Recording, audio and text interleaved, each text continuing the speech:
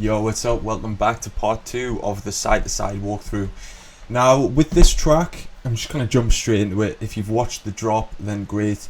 If you haven't watched the drop project, it was last week, so go and check it out now so you actually get more context about this.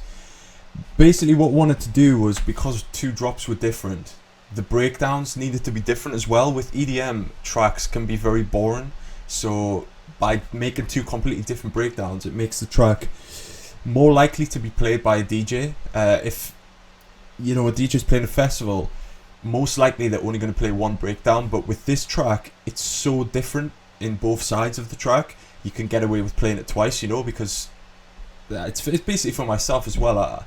I'm just playing 1 break and 1 drop from each of my tracks, so now with this one I can actually play it like the full track out. So the theme of the first one is a DJ tool. So with this one, like, you can play it, you know, you can tell the crowd on the left to make noise, the crowd on the right to make noise. It's cheesy, but it works in the performance setting. So a lot of people said this was Skrillex from Ultra 2015 or something, but I didn't actually sample it from that. I took it from Kashmir's hype vocals. So what he's done is he's sampled it from people's live sets.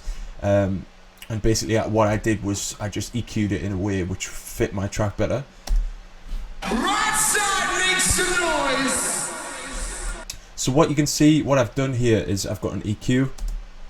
So without the de-esser and the EQ, this is what it sounds like. Right side makes some noise. So you can really hear the... Right side makes some noise.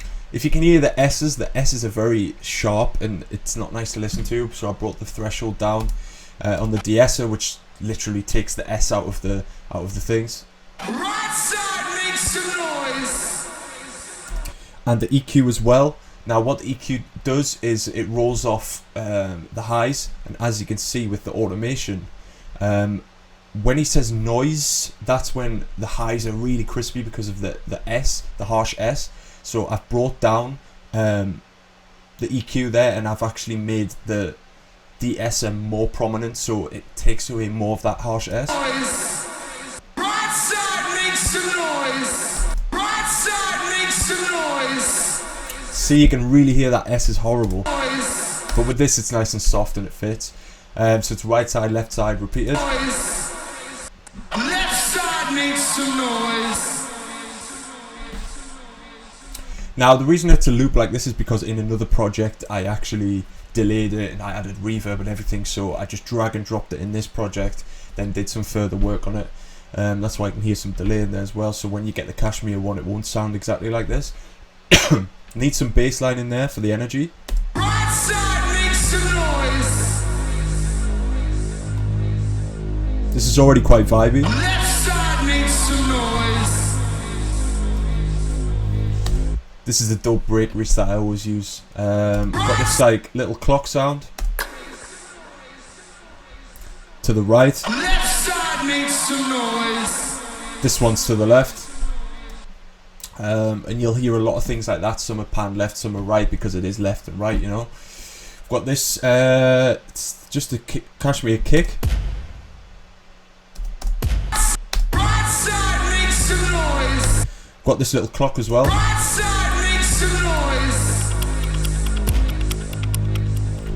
noise. Just really adds to the atmosphere and the tension almost. Right side makes some noise. Got the heart monitor sound again.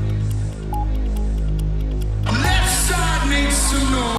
Now with this crowd, I wanted some crowd noise in because the original sample is cut from Skrillex, so there is a live crowd reaction. So I wanted to add some crowd reaction where I felt it was lacking. Side makes some noise.